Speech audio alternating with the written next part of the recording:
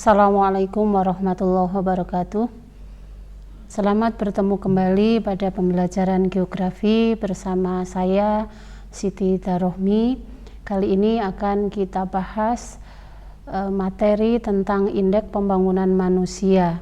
Materi ini untuk kelas 11 semester 2. Semoga Ananda masih dalam kondisi sehat walafiat, dalam kondisi semangat di masa pandemi ini, dan dimanapun tetap menerapkan 5M. Marilah kita mulai dengan materi tentang indeks pembangunan manusia. Indikator pembelajaran yang akan kita bahas kali ini adalah yang pertama, menjelaskan pengertian indeks pembangunan manusia atau kita singkat dengan IPM. Kemudian yang kedua, mengidentifikasi komponen indeks pembangunan manusia. Kemudian yang ketiga, menganalisis IPM di Indonesia dan dunia. Indeks pembangunan manusia, sebenarnya apa yang dimaksud dengan indeks pembangunan manusia?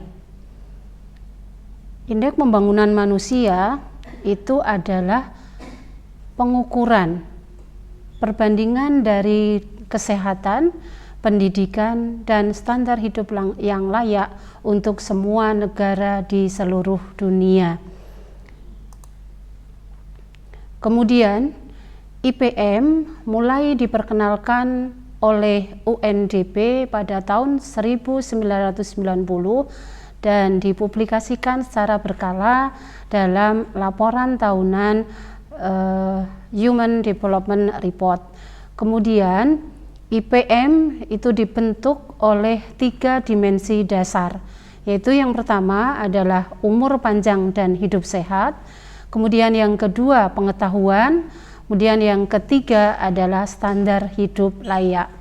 Berarti dari komponen pembentuk atau dimensi dasar dari IPM itu kita bisa menyimpulkan bahwa komponen IPM adalah yang pertama indeks pendidikan, kemudian yang kedua indeks kesehatan, yang ketiga indeks pengeluaran. Ada 2 metode dalam penghitungan indeks pembangunan manusia. Yang pertama dengan metode lama, kemudian yang kedua dengan metode baru. Tetapi untuk saat ini di Indonesia dan di dunia kita menggunakan metode yang baru, di mana ada sedikit perbedaan dalam hal ini kaitannya dengan komoditas PPP, ya. Kemudian angka harapan hidup saat lahir sama, kemudian angka melek huruf itu berbeda sedikit, diistilahkan dengan harapan lama sekolah. Ini hanya sedikit perbedaan antara metode lama dengan metode baru. Kemudian untuk menghitung IPM sudah ada rumus di situ, di mana indeks kesehatan dikalikan indeks pendidikan, kemudian dikalikan indeks pengeluaran, dikalikan 100, kemudian diakar pangkat 3. Kemudian bagaimana pengelompokan IPM? Itu ada klasifikasi kategori rendah, ada sedang, ada tinggi, dan ada sangat tinggi, di mana untuk kategori rendah itu nilainya kurang dari 60, kemudian IPM sedang itu 60 sampai 70, sedangkan IPM tinggi 70 sampai 80. Kemudian di atas 80 itu kategori IPM sangat tinggi. Kemudian bagaimana dengan indeks pembangunan manusia di Indonesia tahun 2020 ini? Berdasarkan berita resmi Badan Statistik yang dikeluarkan tanggal 15 Desember 2020 itu bahwa indeks pembangunan manusia Indonesia tahun 2020 itu sebesar 71,94. Berarti bisa dikatakan bahwa IPM di Indonesia itu masuk ke kategori tinggi. Kemudian umur harapan hidup saat lahir itu rata-rata dalam tahun 2020 itu 71,47, kemudian harapan lama sekolah 12,98, kemudian diambil rata-rata lama sekolah 8,48, sedangkan pengeluaran per kapita penduduk itu sebesar 11.013.000 rupiah. Dari ada semacam ada tren pertumbuhan penduduk IPM dari tahun 2010 sampai 2020 dan trennya itu adalah kecenderungannya naik. Kemudian bisa dilihat dari kategori IPM Indonesia itu berarti masuk ke kategori tinggi. Kemudian UNDP melaporkan bahwa IPM Indonesia dari tahun 2018 ke 2020 berarti ada kenaikan angka. Kemudian bagaimana dengan peringkat di Indonesia secara umum? Nah, di Indonesia 10 provinsi dengan indeks pembangunan manusia tertinggi di Indonesia. Yang tertinggi adalah DKI Jakarta, kemudian yang kedua DIY, urutan ketiga Kalimantan Timur, keempat Kepulauan Riau, kemudian disusul Bali, Riau, Sulawesi Utara, Banten, Sumatera Barat, dan Jawa Barat. Nah, ini 10 provinsi dengan indeks pembangunan manusia tertinggi. Kemudian bagaimana secara keseluruhan untuk Indonesia? Kita perhatikan peta berikut bahwa tahun 2020 persebaran indeks pembangunan manusia klasifikasi sangat tinggi diperoleh oleh Provinsi DKI Jakarta. Kemudian indeks pembangunan manusia antara 70-80 itu memang didominasi oleh Pulau Sumatera, kemudian Jawa, Pulau Sumatera kecuali Lampung, kemudian Pulau Jawa, kemudian Kalimantan Utara, Kalimantan Selatan, dan Kalimantan Tengah. Sedangkan untuk Kalimantan Barat itu masih klasifikasi sedang. Kemudian untuk Indonesia Timur ada Papua, Maluku, Sulawesi sebagian itu termasuk klasifikasi sedang. Nilainya 60 sampai 70. Itu untuk persebaran IPM di Indonesia. Kemudian bagaimana IPM di dunia? Ini tahun 2016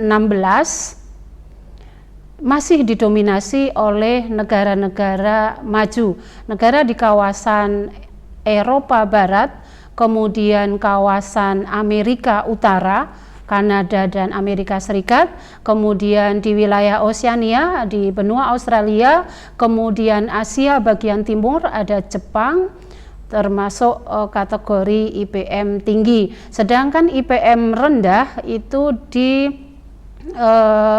sebagian ada di benua Afrika termasuk rendah, kemudian yang sedang ini di Asia, kemudian termasuk Indonesia klasifikasi sedang untuk tahun 2016. Kemudian untuk tahun 2018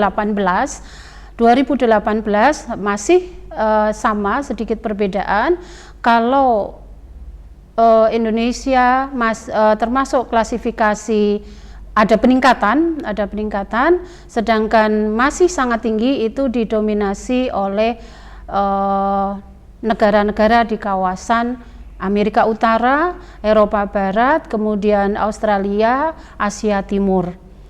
Nah, kemudian IPM tahun 2018 untuk negara Norwegia yang tertinggi itu mencapai angka 95,4,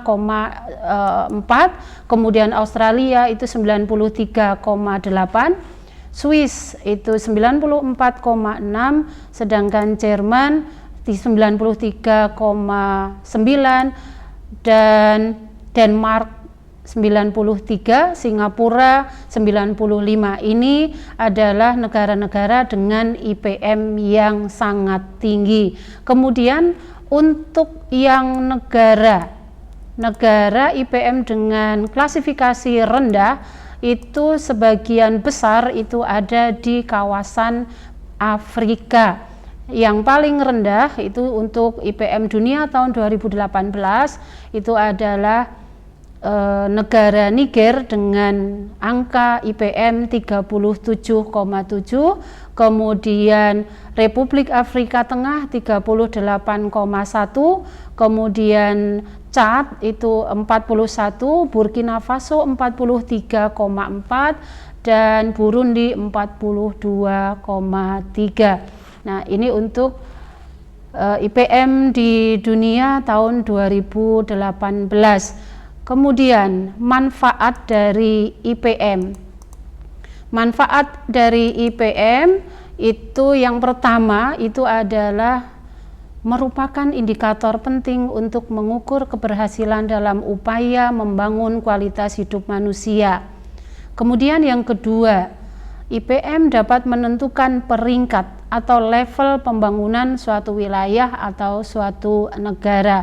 Seperti tadi sudah disampaikan, untuk Indonesia peringkat yang tertinggi adalah DKI Jakarta, kemudian disusul oleh Provinsi DIY dan seterusnya.